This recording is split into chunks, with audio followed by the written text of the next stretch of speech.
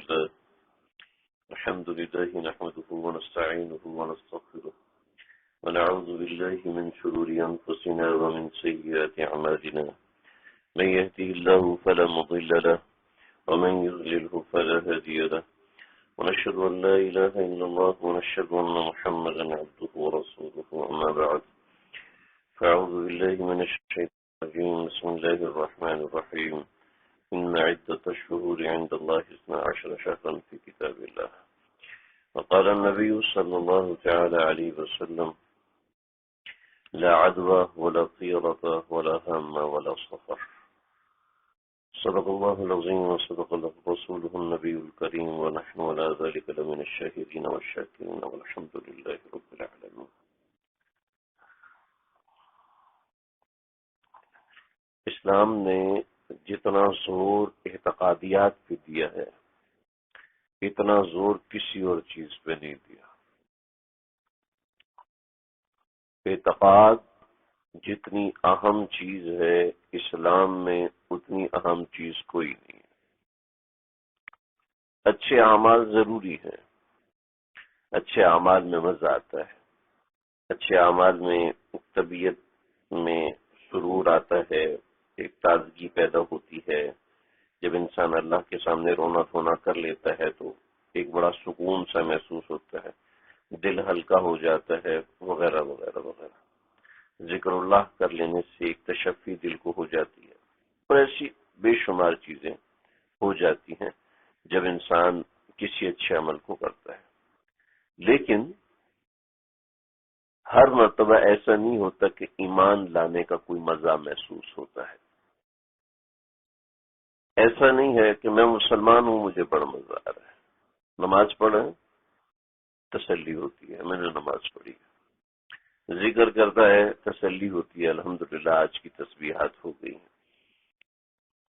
لیکن اعتقاد جو چیز ہے اس کے اندر لذت نہیں ہوتی ظاہری طور پر. اور اسلام نے سارا زور اعتقادیات پہ دیا ہے. جتنا اسلام نے محنت اعتقادیات پہ کی ہے اتنی محنت اعمال پہ نہیں کی. اقیم الصلاۃ وآتوا الزکاۃ بس بتا دیا. لیکن جہاں تھوڑا سا اعتقاد ٹوٹا، یقین خراب ہوا، جہاں تھوڑا سا یقین خراب ہوا فوراً وہاں پر زجر آیا، فوراً وہاں پر تنبیہ آئی ہے، صحابہ کو ڈانٹ لگائی گئی ہے، صحابہ کو منع کیا گیا. آپ علیہ الصلوۃ والسلام کو سخت الفاظ بولے گئے. عبس وتولى ان جاءه الاعمى وما يدريك لعله يزكى او يذكر فتنفعه الذكرى اما من استغنى فانت له تصدى وما عليك الا يزكى واما من جاءك يسعى وهو يخشى فانت عنه تلهى كلا انها تذكرة. وہ آیا تو آپ نے منہ پھیر دیا. کیوں؟ کیونکہ نابینا آیا. تمہیں کیا پتا کہ نابینا تجھ سے فائدہ اٹھاتا اور یہ لوگ تم سے فائدہ نہیں اٹھاتے. اور وہ فائدہ نہ اٹھاتا لیکن تم کوئی نصیحت کرتے تو ہو سکتا ہے اس کو فائدہ ہو جاتا. لیکن وہ لوگ جو کہ اکڑ کے بیٹھے ہوئے ہیں آپ انہی کے پیچھے لگے ہیں، آپ انہی کے پیچھے لگے ہیں. پیغمبر نے ہلکا سا یوں کیا، ماتھے پہ شکن پیدا ہو. یہ کیا ہو گیا؟ اب ان کو بتا رہا تھا تو یہ درمیان میں آ گیا. نہ یہ طبعی بات ہے، طبعی بات بھی انسان کی سوچ اور نظریے کے اوپر منحصر ہوتی ہے نا. اللہ رب العزت نے فوراً پکڑ کی. چلیے عام حالات تھے. جبھی آپ صلی اللہ علیہ وسلم کو غم ہوا، اعتقادی طور پر غم ہوا، کچھ دن ایسے ہوئے کہ جبریل آئے نہیں. جب جبریل نہیں آئے تو لوگوں نے کہنا شروع کر دیا کہ آپ کے اللہ نے آپ کو چھوڑ دیا. آپ کے اللہ نے آپ کو تسلی تھی تو دشمن ہے کہتے رہیں گے. تو ایک مرتبہ حضرت خدیجہ نے بھی کہہ دیا یا رسول اللہ کیا اللہ ناراض تو نہیں ہو گیا؟ اللہ نے چھوڑ تو نہیں دیا؟ تو یہ جب اپنا کوئی بات کرتا ہے نا تو دل پہ چڑھ جاتی ہے. غیر کوئی بھی بات کرتے رہیں اس سے کچھ نہیں ہوتا، لیکن جب کوئی اپنا ہی مخالف ہو جائے تو پھر وہ دل پہ جا کے لگتی ہے. فوراً نازل والضحیٰ واللیل اذا سجا. آپ تو اتنے پیارے ہیں. ما ودعک ربک وما قلی. نہیں، آپ کے پروردگار نے آپ کو نہیں چھوڑا. آپ کے پروردگار نے آپ کو نہیں چھوڑا. آپ اپنا اعتقاد پکا رکھیں کہ اللہ تمہارے ساتھ ہے. وَلَسَوْفَ يُعْطِيكَ رَبُّكَ فَتَرْضَىٰ.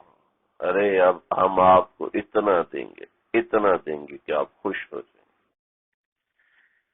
اللہ اکبر. اعتقاد پر بڑا زور دیا ہے شریعت نے کہ مسلمان کا عقیدہ کمزور نہیں ہونا چاہیے. بات میری سمجھ رہے ہیں؟ آپ صلی اللہ علیہ وسلم کے بیٹے حضرت ابراہیم رضی اللہ تعالیٰ عنہ، حضرت ابراہیم آپ کے بیٹے تھے جو ماریہ قبطیہ سے پیدا ہوئے تھے. اور ماریہ قبطیہ آپ صلی اللہ علیہ وسلم کو مصر سے ہدیے میں ملی تھی. ولد تھی آپ صلی اللہ علیہ وسلم کی. تو آپ صلی اللہ علیہ وسلم کو کچھ فدق کے باغات ملے تھے. فدق کے باغات یہ قبا سے آگے کی طرف ہیں. میں نے الحمدللہ ان کی زیارت کی ہے. تو فدق کے باغات تھے اور وہاں پر آپ صلی اللہ علیہ وسلم نے حضرت ماریہ قبطیہ کو رکھا تھا. ایک مرتبہ ایسا ہوا کہ آپ صلی اللہ علیہ وسلم اپنی تمام ازواج سے ناراض ہو گئے اور آپ نے ایلا کیا. ایلا کہتے ہیں قسم کھانا، اپنی بیوی کے پاس نہ جانے کی قسم کھانا، اس کو ایلا کہتے ہیں. تو آپ علیہ السلام ناراض ہو گئے اپنی ازواج سے. کچھ مطالبے کیے تھے تو آپ غصہ ہو کے چلے گئے. یہ رو رہی ہیں ساری گھر بیٹھی استغفار کر رہی ہیں. اور آپ صلی اللہ علیہ وسلم ان باغات میں، وہاں حضرت ماریہ قبطیہ تھی، تو آپ صلی اللہ علیہ وسلم 29 دن تک وہاں پر رہے.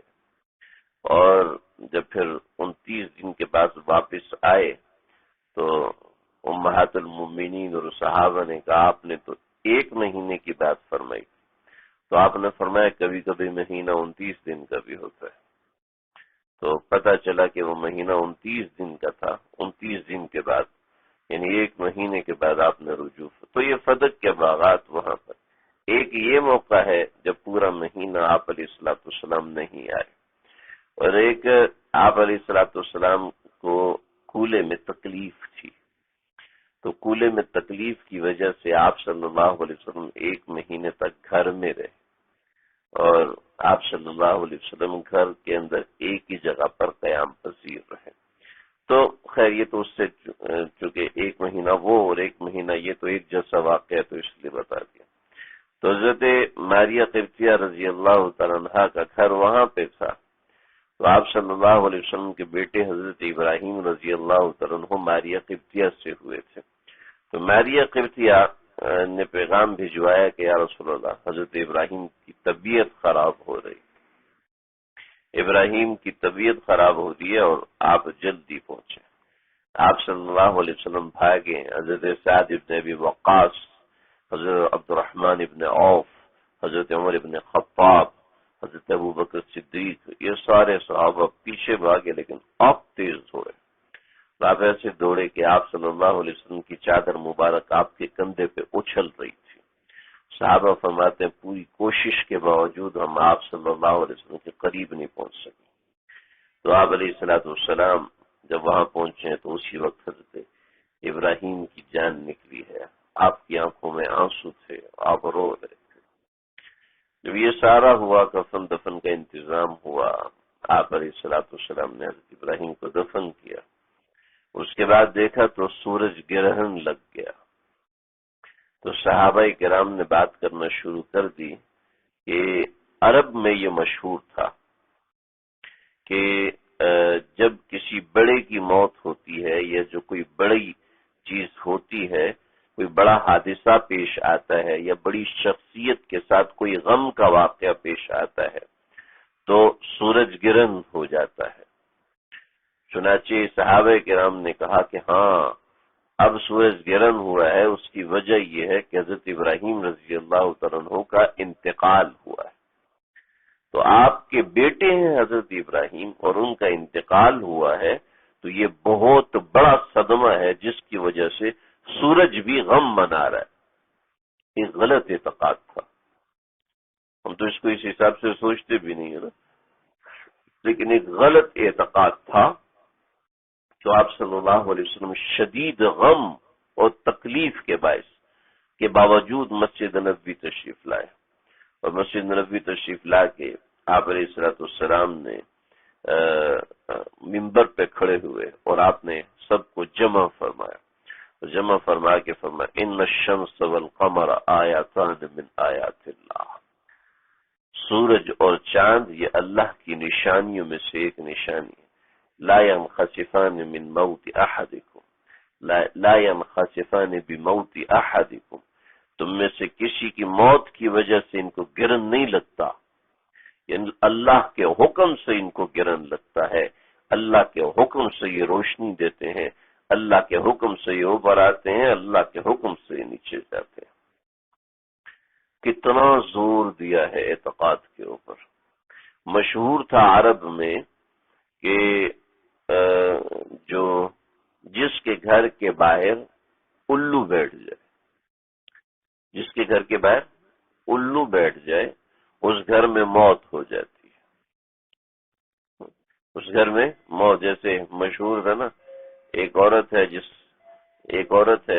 جس کے ساتھ شادی کرتی ہے، اس کا شوہر فوت ہو جاتا ہے۔ مولوی صاحب کو بتایا جی اس کی 3 شادیاں ہوئی اور جیسی شادی ہوئی اگلے دن شوہر فوت ہو گیا۔ مولوی صاحب نے کہا اس کا حل ہے میرے پاس۔ کیا ہے؟ کہ میرے پاس ایک ایسا آدمی ہے جو جس عورت سے شادی کرتا ہے وہ عورت فوت ہو جاتی ہے، تو ایسا کرتے ہیں ان دونوں کی شادی کرا دیتے ہیں۔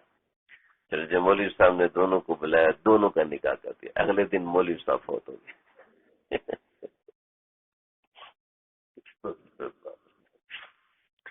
وہی ہے یہ عورت جناب اس اسٹار کی عورت ہے، اس کی سے شادی ہوگی تو یہ ہوگا، اس اسٹار کی عورت ہے تو اگر ان کا آپس میں رشتہ بنا تو اولاد معذور پیدا ہوگی، یہ اس اسٹار، کیسی فضول قسم کی باتیں۔ یہ کفار کے اعتقادات ہیں۔ ہندو ان نظریات کو لے کے چلتے ہیں، مسلمانوں کا نظریہ ان ستاروں کے اوپر نہیں ہوتا، بلکہ یہ ستارے اور یہ سب چیزیں اللہ رب وَسَخَّرَ لَكُمُ الشَّمْسَ وَالْقَمَرَ دَائِبَيْنِ وَسَخَّرَ لَكُمُ اللَّيْلَ وَالنَّهَارَ وَآتَاكُم مِّن كُلِّ شَيْءٍ سَخَّرَ لَكُم، مسخر کیا سورج کو بھی چاند کو، یعنی سورج اور چاند تمہارے خادم ہیں۔ نمرود کہتا تھا نا کہ اللہ رب العزت نے اپنے نمائندے بنائے ہیں اور ان نمائندوں نے خاص خاص لوگوں کو چن کر احکامات بتائے ہیں۔ چنانچہ اللہ کا سب سے بڑا نمائندہ جو ہے وہ سورج ہے، اور سورج نے نمائندہ مجھے بنایا۔ یہی فرعون بھی کہتا تھا، یہی نمرود بھی کہتا تھا، اسی لیے کہتا تھا انا ربکم الاعلی۔ اسی لیے نمرود کو جب حضرت ابراہیم علیہ السلام سے مناظرہ ہوا ہے تو نمرود نے جب حضرت ابراہیم آگ سے بچ گئے تو نمرود نے کہا بلائیں ان کو، یا یہ آگ سے پہلے کا واقعہ ہے، بلاؤ ان کو۔ حضرت ابراہیم علیہ السلام تشریف لائے اور میں تیرا رب تو میں ہوں، تیرا رب میں ہوں۔ تو حضرت ابراہیم علیہ السلام نے جواب فرمایا نہیں، میرا رب تو وہ ہے جو کہ مردے کو زندہ کرتا ہے، زندے کو مارتا ہے، مردے کو زندہ کرتا ہے، زندے کو مارتا ہے، یعنی انڈے سے مرغا نکال رہا ہے، مردے سے زندہ، اور زندہ کو مار رہا ہے کہ انسان زندہ ہوتا ہے اس کی جان ختم ہو جاتی ہے، یا مرغی زندہ ہے اس میں سے انڈا نکلتا ہے جو کہ بے جان ہوتا ہے، یہ مراد تھی۔ تو اس کا دماغ، جب انسان کے پاس طاقت ہوتی ہے نا تو اس کی بہت دفعہ عقل ختم ہو جاتی ہے، بہت دفعہ ایسے ہوتا ہے جب اس کے پاس طاقت ہوتی ہے تو عقل ختم ہو جاتی ہے۔ چنانچہ وَأَمْرُهُمْ شُورَىٰ بَيْنَكُمْ، حکم دیا مشورے سے معاملہ کیا کرو۔ تمہارے پاس عہدہ آئے تو اپنے عہدے کے اعتبار سے نہ سوچا کرو، اپنے عہدے کے اعتبار سے نہیں سوچنا، اپنے سامنے بیٹھے ہوئے لوگوں کے اعتبار سے سوچنا، اور اس کے لیے امرہم شورا بینکم، تمہارا معاملہ ہم نے مشورے پہ چھوڑا ہے، جتنا مشورہ رکھو گے اتنا زیادہ فائدہ ہوگا۔ چنانچہ بڑے لوگوں کو حکم دیا کہ تم چھوٹوں سے مشورہ کرو، برابر والوں سے مشورہ کرو، بڑوں سے مشورہ کرو، مشورے کے بغیر چلنے کی اجازت نہیں۔ مشورے کے بغیر چلنا، آپ صلی اللہ علیہ وسلم کی عقل کے سامنے صحابہ کرام کی عقل کیا ہے، اور ان صحابہ کرام نے غلط مشورہ دے دیا۔ حضرت حمزہ کھڑے ہوئے، یا رسول اللہ میں تو دشمن کو مدینے سے باہر جا کے ماروں گا، میں چھوڑوں گا نہیں۔ بہت جوش تھا، بہت زیادہ جوش تھا۔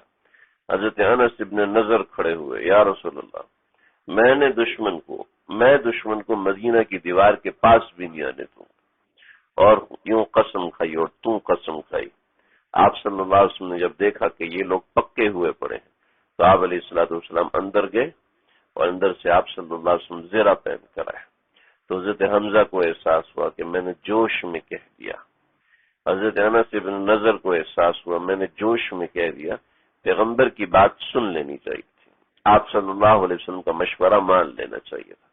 تو آپ سے کہا، عرض کیا کہ یا رسول اللہ جو بات آپ نے فرمائی ہے کہ مدینہ کے اندر رہ کر جنگ لڑتے ہیں، بس اسی طریقے سے کہیں۔ اللہ اکبر۔ صحیح دین سیکھنے کو نہیں ملتا، بڑے میں افسوس سے کہتا ہوں، صحیح دین سیکھنے کو نہیں ملتا، اور صحیح دین سکھانے والے لوگ کم ہوتے جا رہے ہیں۔ حضرت تھانوی رحمۃ اللہ علیہ کے پاس ایک صاحب آئے اور بہت دور سے آئے، کہا کہ حضرت مجھے آپ سے مشورہ کرنا ہے۔ حضرت تھانوی نے فرمایا کہ میں تمہیں مشورہ نہیں دے سکتا، حضرت میں بہت دور سے آیا ہوں آپ سے مشورہ، میں تمہیں مشورہ، حضرت آپ کا مرید ہوں، آپ کو خط لکھتا ہوں، آپ جانتے ہیں مجھے، جانتا ہوں، اس لیے کہہ رہا ہوں میں تمہیں مشورہ نہیں دے سکتا۔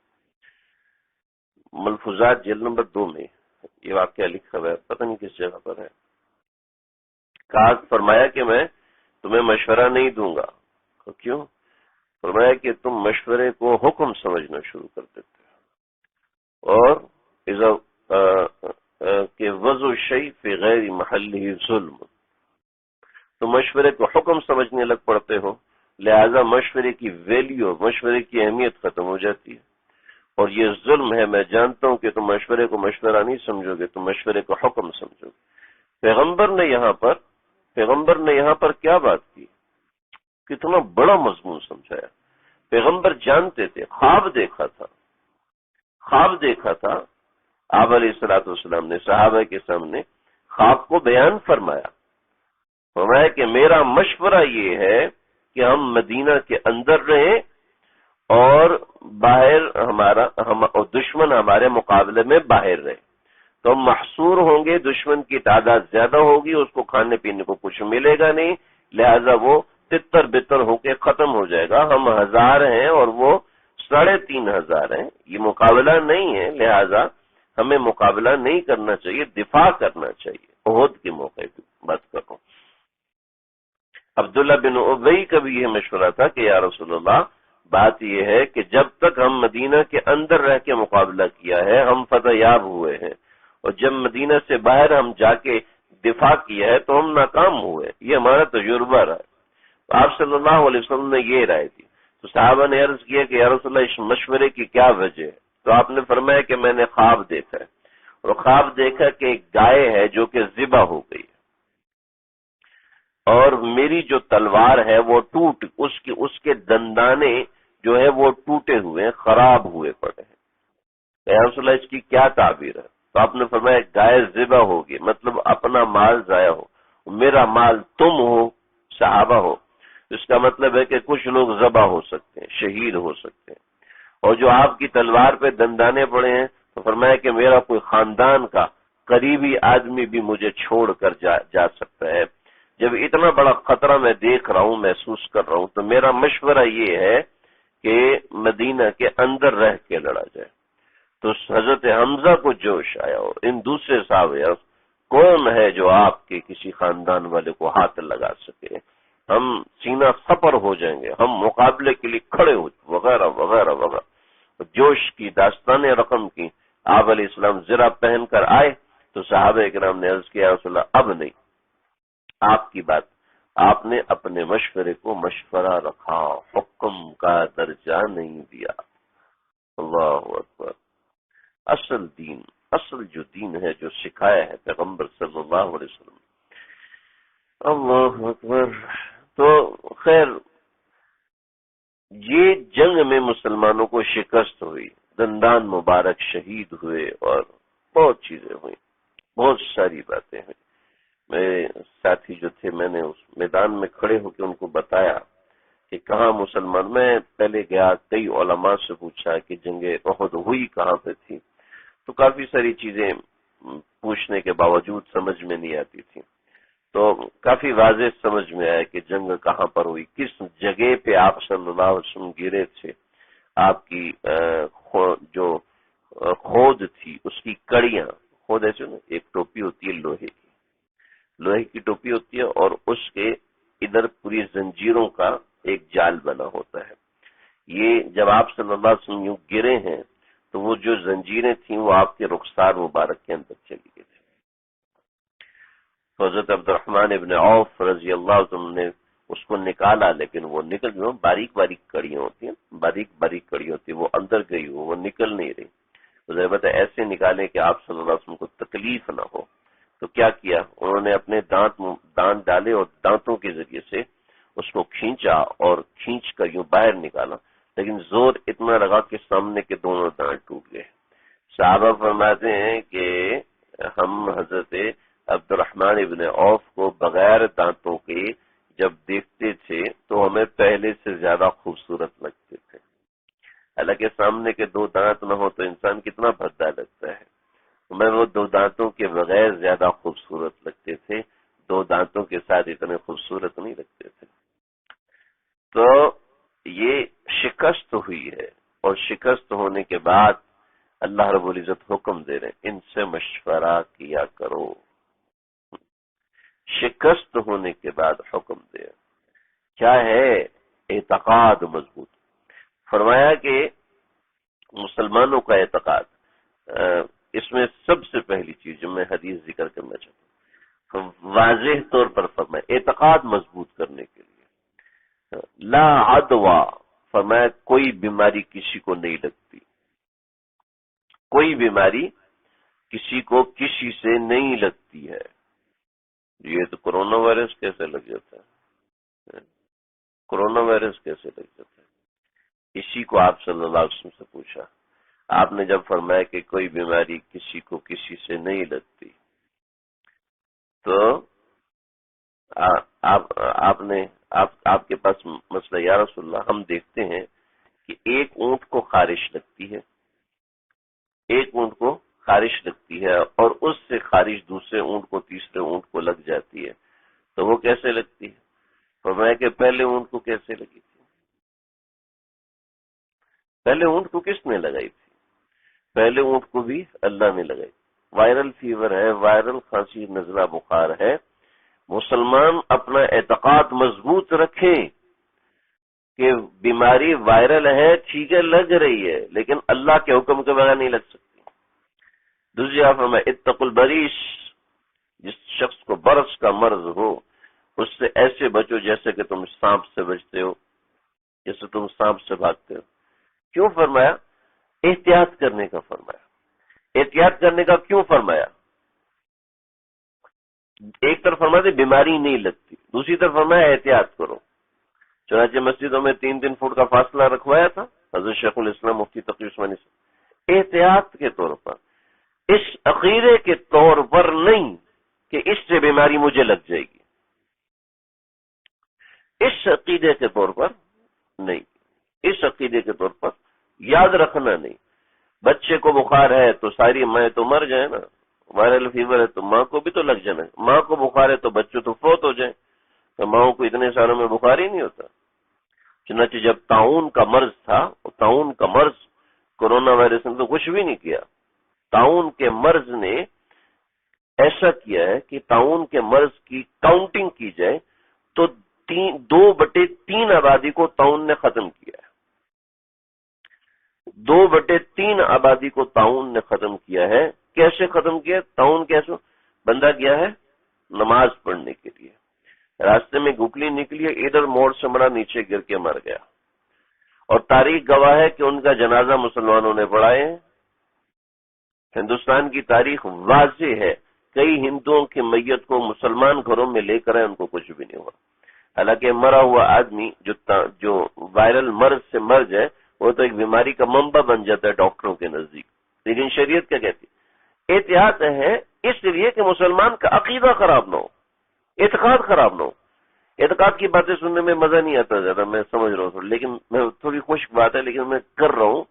یہ مہینہ ایسا ہے، سفر کے مہینے کے بارے میں اعتقاد میں بات آتا ہوں۔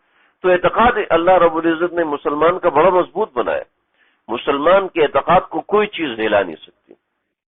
محمود غزنوی جب انہوں نے ہندوستان پہ حملہ کیا تو شیخ محمود الحسن خرقانی رحمت اللہ علیہ کے پاس حاضر ہوئے، اور حاضر ہو کے عرض کیا کہ حضرت میں ہندوستان پہ یہ ظلم ہوتا ہے اور یہ بربریت ہوتی ہے۔ کئی دفعہ سنا چکا ہوں، پتہ نہیں آپ لوگوں نے سنا ہے کہ نہیں سنا، 10 دفعہ تو سنا چکا ہوں، پتہ نہیں یہاں سنا ہے کہ نہیں سنا ہے۔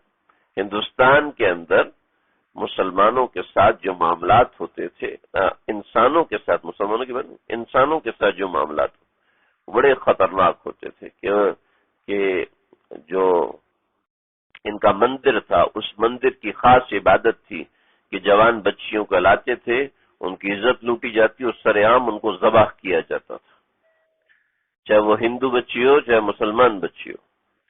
پھر خواتین نے اپنے دوپٹوں کے اوپر خون سے تحریریں رنگ کر محمود غزنوی کو بھیجی کہ آپ آئیں اس علاقے میں یہ ظلم ہو رہا ہے، اور محمود غزنوی اس علاقے کے راجاؤں کو خط لکھتے کہ تمہارے علاقے میں یہ مسئلہ ہو رہا ہے، اس مسئلے کو صحیح کرو ورنہ خیر نہیں۔ جب وہ اس مسئلے کو صحیح نہیں کرتے، مستقل شکایتیں آتی، پھر محمود غزنوی جاتے تھے اور اٹیک کرتے تھے۔ اس وجہ سے محمود غزنوی نے ہندوستان پہ 17 حملے کیے، کوئی دولت لوٹنے کے لیے نہیں کیے، محمود غزنوی نے حملے۔ جو ہماری تاریخ ملت بڑی مشہور کتاب ہے، ان کتابوں میں بھی یہی باتیں لکھی ہوئی کہ محمود غزنوی نعوذ باللہ لٹیرے تھے اور ایسے۔ کئی 100 سالوں کے بعد محمود غزنوی کی قبر کھلی ہے، اور محمود غزنوی کی جب قبر کھلی ہے تو دیکھا اس کا جسم بالکل صحیح سلامت۔ اللہ رب العزت نے اس کی لاش کو بھی خراب نہیں ہونے دیا۔ محمود غزنوی کو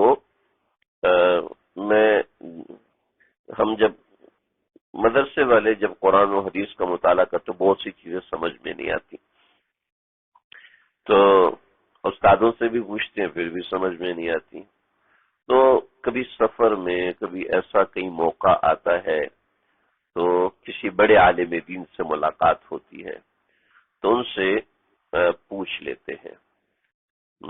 میں ایک مرتبہ یہ لالو کھیت میں ایک مسجد ہے، وہاں پر ہمارا ایک کورس تھا مدرسے کا، تو اس میں کورس کے اندر پڑھانے والے علی شیر حیدری صاحب شہید تشریف لائے تھے، تو میں حضرت کے ساتھ حوالہ جات کی جو کتابیں ہیں نا وہ دینے کے لیے مامور تھا، مجھے انہوں نے نشانی لگائی ہوئی تھی، نور الانوار دو، یہ والی کتاب دو، یہ فلاں کتاب دو، میں کتاب فوراً نکال کے اس میں سے حوالہ کھول کے دیتا تو حضرت دکھاتے کہ دیکھو اس کتاب میں یہ بات لکھی ہے، ایسے ایسے۔ تو میری یہ ذمہ داری تھی۔ تو مولانا عبدالغفور حیدری صاحب، مولانا انیس صاحب، یہ دونوں حضرات اور اس کئی اکابرین بڑے حضرات، ان میں سے کئی شہید بھی ہو چکے ہیں، وہ حضرات بیٹھے ہوئے تھے، اور انہوں نے اپنے اپنے اشکالات، جب طلبہ چلے گئے تو اپنے اشکالات پیش کیے، تو حضرت نے ان اشکالات کو حل کیا۔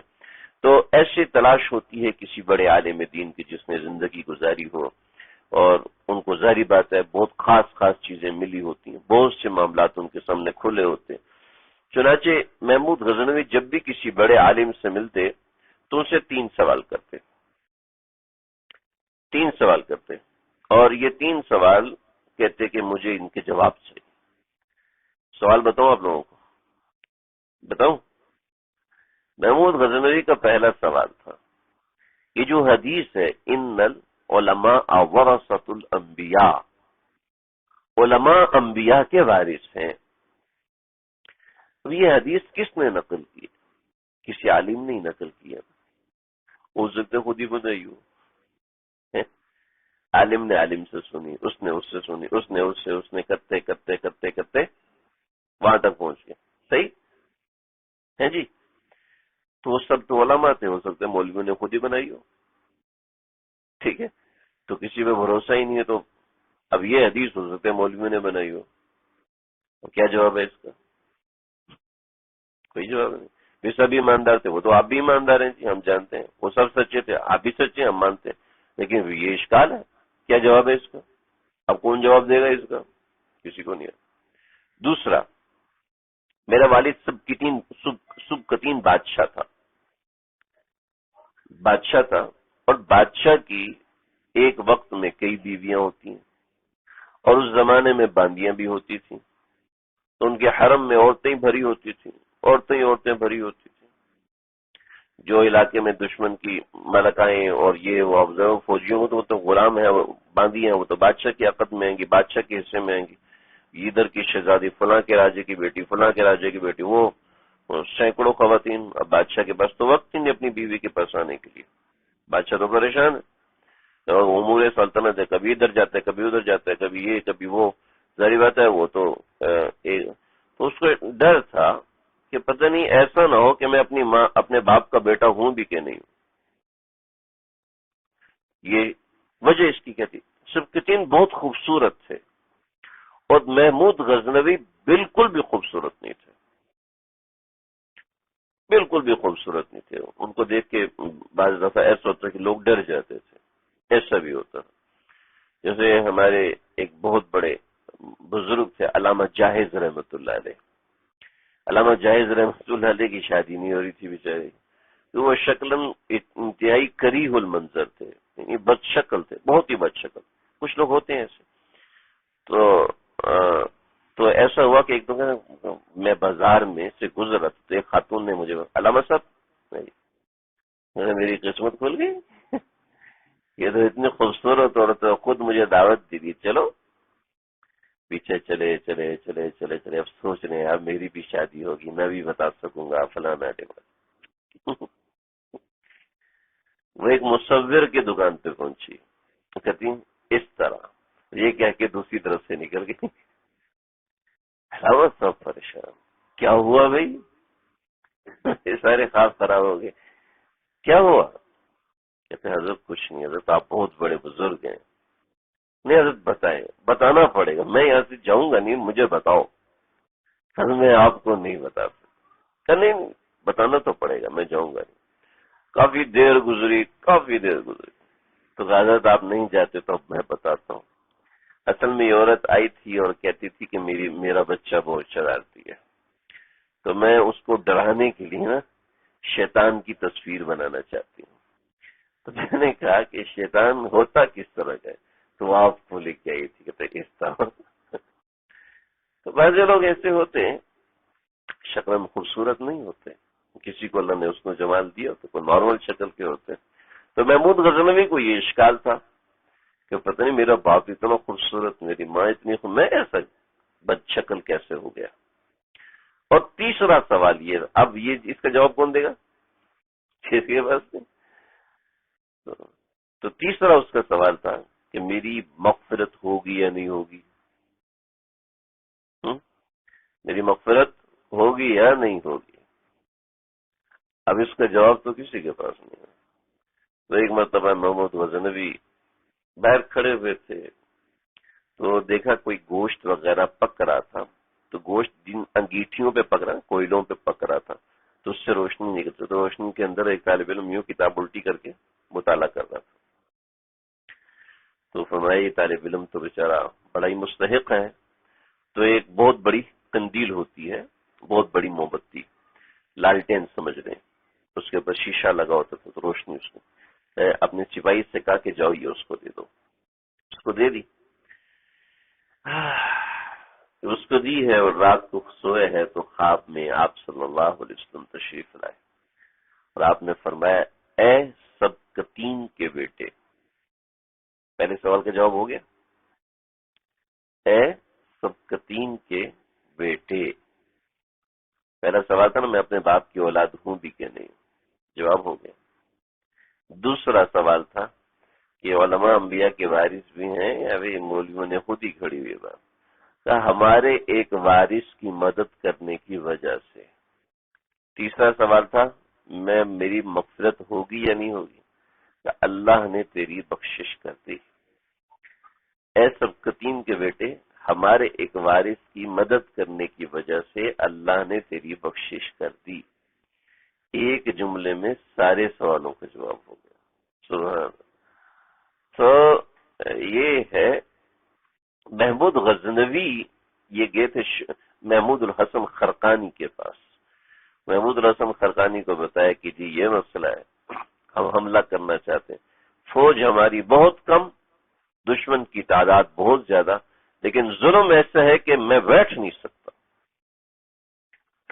تو محمود الحسن خرقانی وہیں بیٹھے، اپنا کرتا اتار کے کہا یہ لو میرا کرتا، جہاں کہیں مصیبت آئے اس کرتے کو بچھانا اور اس پر 2 رکعت نماز پڑھنا، اور 2 رکعت نماز پڑھنے کے بعد اللہ سے دعا کرنا، اے اللہ میں جس جگہ پر بیٹھا ہوں نا اس کرتے میں تیری کوئی نافرمانی نہیں ہوئی، اور اے اللہ میں جس مقصد سے آیا ہوں اس کے وسیلے سے مجھے میرے مقصد میں کامیاب فرما.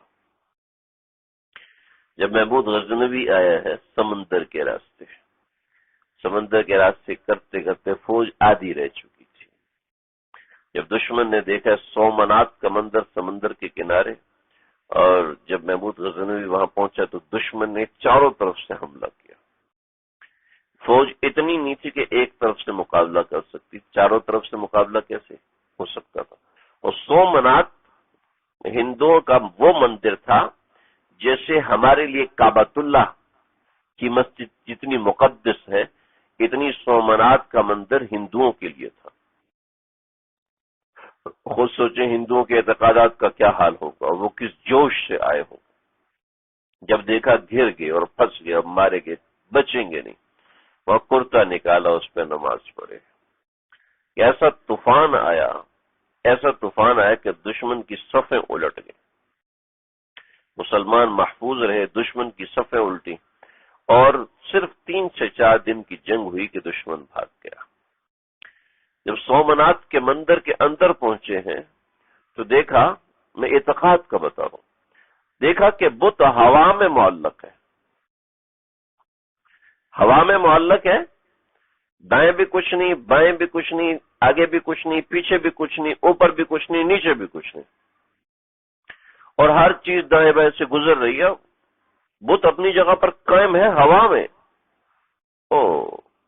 اب پریشان یہ کیا، اور یہ کیسے ہو گیا؟ تو اپنے ساتھ جو شیخ سمعانی تھے انہوں نے ان سے کہا کہ شیخ یہ کیا ہے، یہ کون سی جگہ ہے، یہ کیسا مقام ہے کہ بت ہوا میں معلق ہے اور نہ کسی چیز سے لٹکا ہوا ہے، کچھ بھی نہیں. کہ بادشاہ سلامت آپ فکر نہ کریں. سناؤں کو بلایا اور ایک طرف کی دیوار توڑنے کا بولا. جب ایک طرف کی دیوار توڑی تو بت ڈس بیلنس ہو کے نیچے گر گیا. کہ بادشاہ سلامت دیواروں کے اندر میگنیٹ لگایا تھا اور بت کے اندر ایسا سسٹم کیا تھا کہ بت ہوا میں معلق ہو جائے.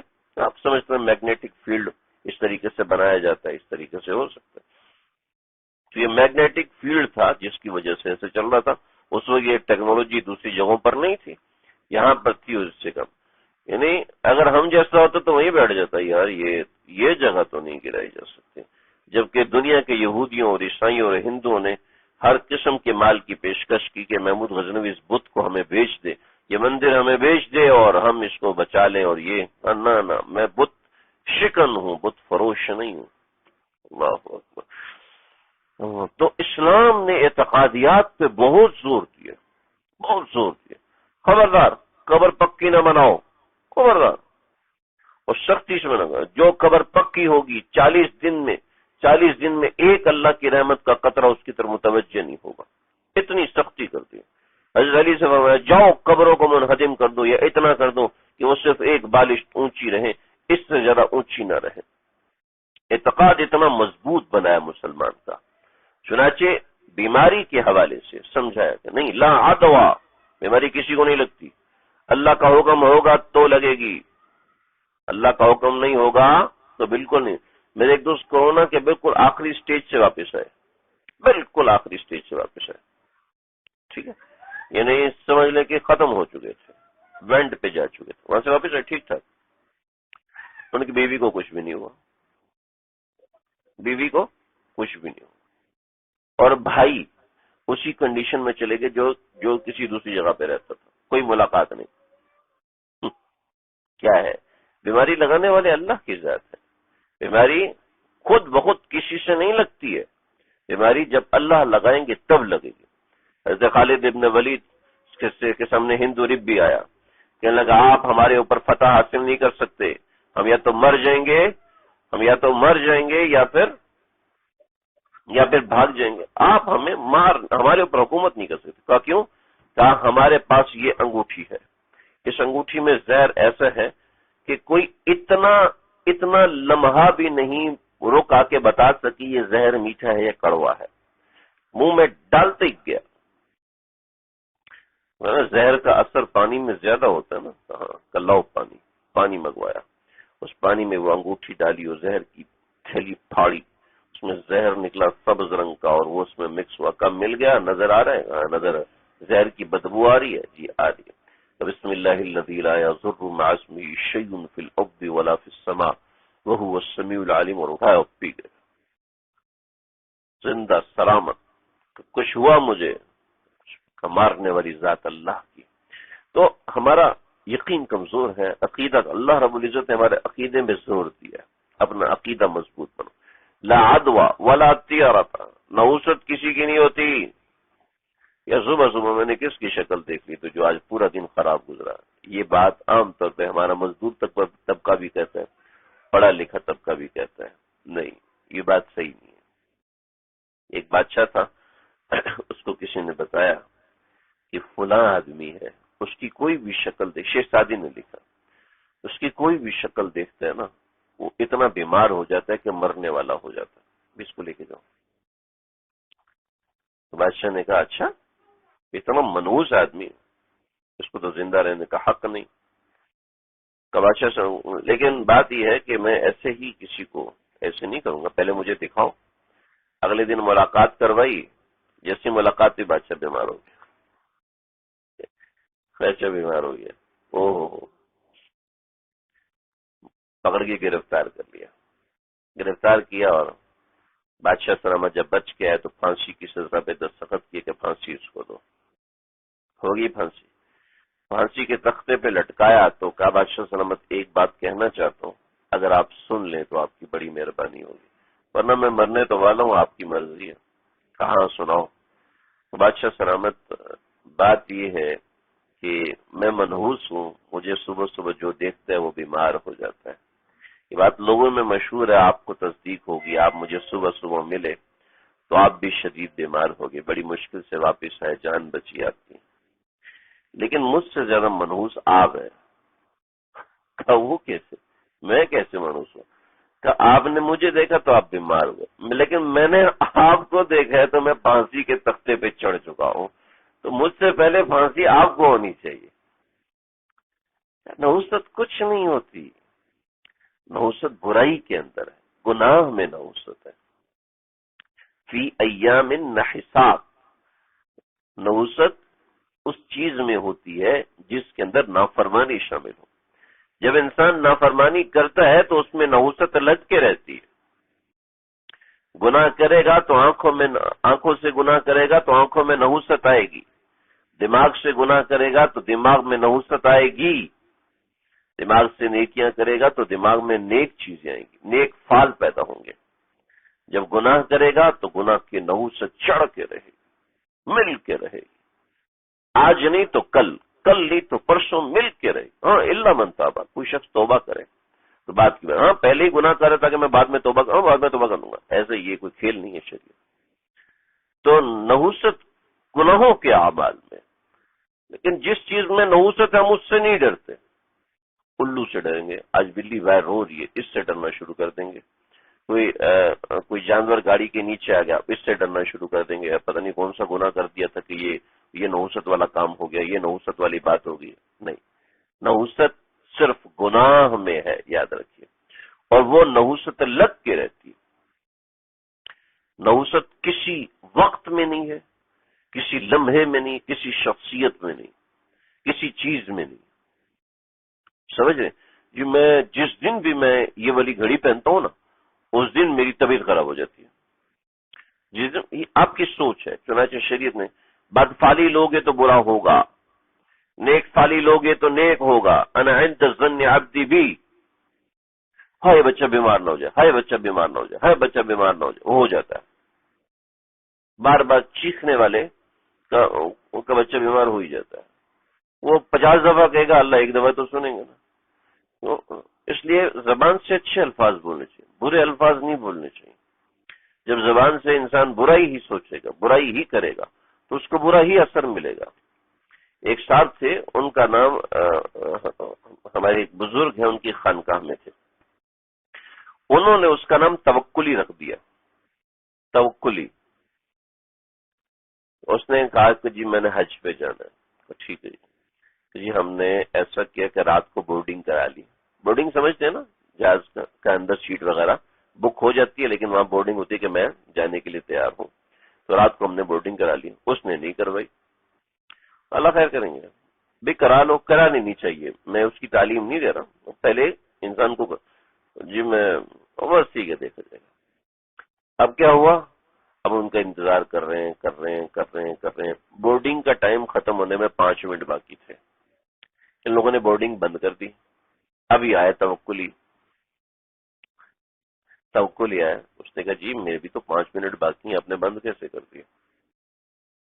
کہ جی ہماری غلطی ہے، ہم نے بورڈنگ بند کر دی ہے، لیکن اب مسئلہ یہ ہے کہ اکانومی کلاس ہمارا فل ہو گیا ہے. ٹھیک، اب ہمیں آپ کو مجبوراً بزنس کلاس دینا پڑے گا. صحیح ہے. کہنے لگے کہ وہ میرے ساتھ بزنس کلاس میں 7 والی سیٹ پہ آ کے بیٹھ گیا. کہنے لگے بزنس کلاس میں جو چرغے ٹکے مجھے ملے، اس کو اکانومی کلاس کے پیسوں میں یہ سب ملا. ٹھیک ہے.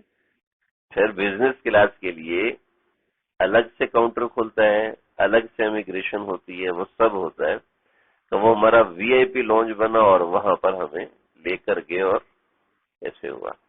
تھا توکلی، بڑا زبردست آدمی. تو اس کے ساتھ ادھر بیٹھا ہوا تھا شہزادہ.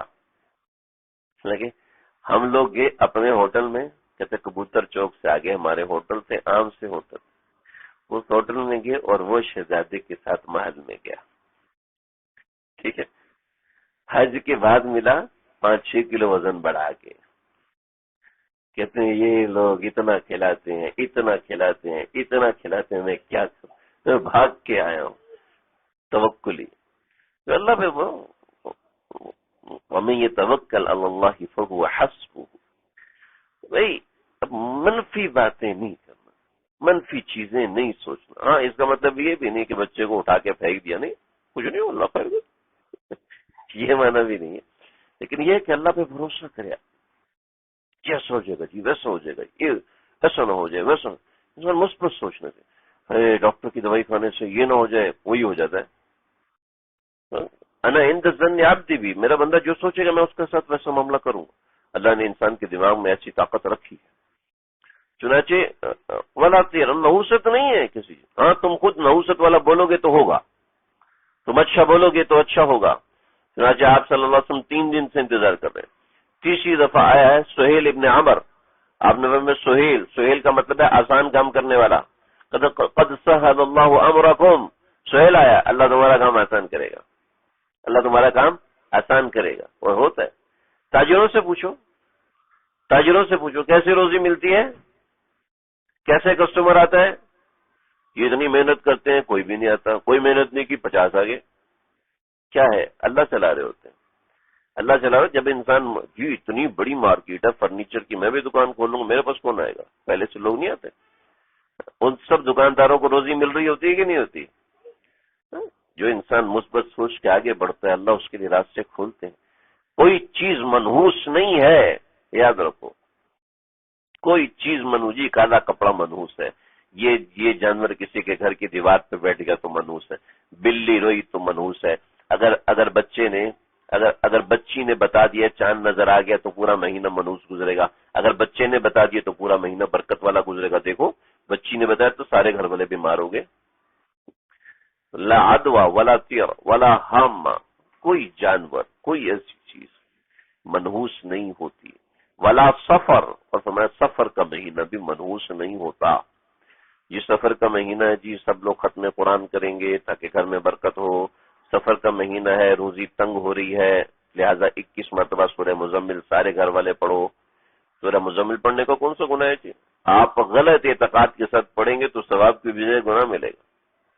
تو قرآن پڑھنے کو گناہ ملتا ہے، بسم اللہ پڑھ کے کوئی شراب پیے تو کافر نہیں ہو جائے گا؟ کافر ہو جائے گا۔ بسم اللہ ہی تو پڑھی ہے جی، نماز پڑھ رہا ہے لیکن قبلہ اس طرف ہے، قبلہ اس طرف ہے، اس طرف منہ کر کے نماز پہ ثواب ملے گا گناہ ملے گا؟ وہ تو سورہ فاتحہ پڑھ رہا ہے، سبحان ربی العظیم پڑھ رہا ہے، کیا ہے؟ غلط رخ اختیار کرنے سے ثواب کی بجائے گناہ ملے گا۔ یہی عقیدہ ہمارا مضبوط بنایا ہے شریعت میں کہ کچھ بھی نقصان ہو، کچھ بھی اللہ کے ہاتھ میں ہے، اللہ کے علاوہ کچھ نہیں۔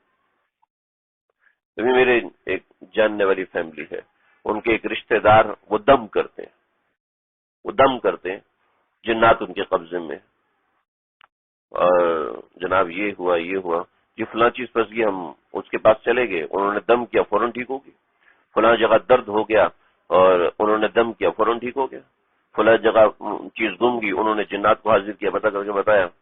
میں نے کہا ٹھیک ہے، آپ آج کے بعد مجھ سے رابطہ نہ کریں۔ کیا طریقہ ہے؟ اتنا کچا اعتقاد ہو گیا ہمارا، کسی نے شیطان قابو میں کیا ہوا ہے اور آپ کو درد ٹھیک ہو گیا تو اعتقاد آپ کا ٹھیک ہو گیا بس۔ حضرت خالد بن ولید کو بھیجا تھا آپ نے، جاؤ لات کے بت کو توڑ کے آؤ۔ حضرت خالد نکلے، فرمایا رکو، وہاں سے ایک چڑیل نکلے گی، اس کی ایسی شکل ہوگی، فوراً تلوار مار کے اس کو ختم کر دینا۔ یہ ایسے تو مجھے ڈر لگ رہا ہے، میں کیسے جو میرے ساتھ علی کو بھی بھیج دیں۔ یہ تھا نہیں، مسلمان کا اعتقاد ایسا کہ چٹان بھی ٹوٹ جائے تو انسان کو میرا اعتقاد نہیں ٹوٹ سکتا، تھوڑا سا درد ٹھیک ہو گیا اعتقاد ختم ہو گیا۔ انا للہ و انا الیہ راجعون۔ اتنا سا ہمارا اعتقاد ہے، اتنا سا کیا آپ صلی اللہ علیہ وسلم کی بات پہ یقین ہی نہیں کہ ساری دنیا مل کر مجھے نقصان پہنچانا چاہے تجھے کوئی نقصان نہیں پہنچا، الا قد كتب اللہ لک، اللہ نے جو رکھا ہے وہ ہو کے رہے گا۔ اعتقاد اتنے کچے ہو گئے، بچے نہیں ہو رہے، یقیناً کوئی نہ کوئی تعویذ ہے۔ ہاں جی بالکل تعویذ ہے۔ اس کا مطلب کیا ہے؟ شادی نہیں ہو رہی، میرے اوپر جادو کیا ہوا ہے، طبیعت ایسی خراب، 106 بخار ہو گیا، یقیناً جادو ہے۔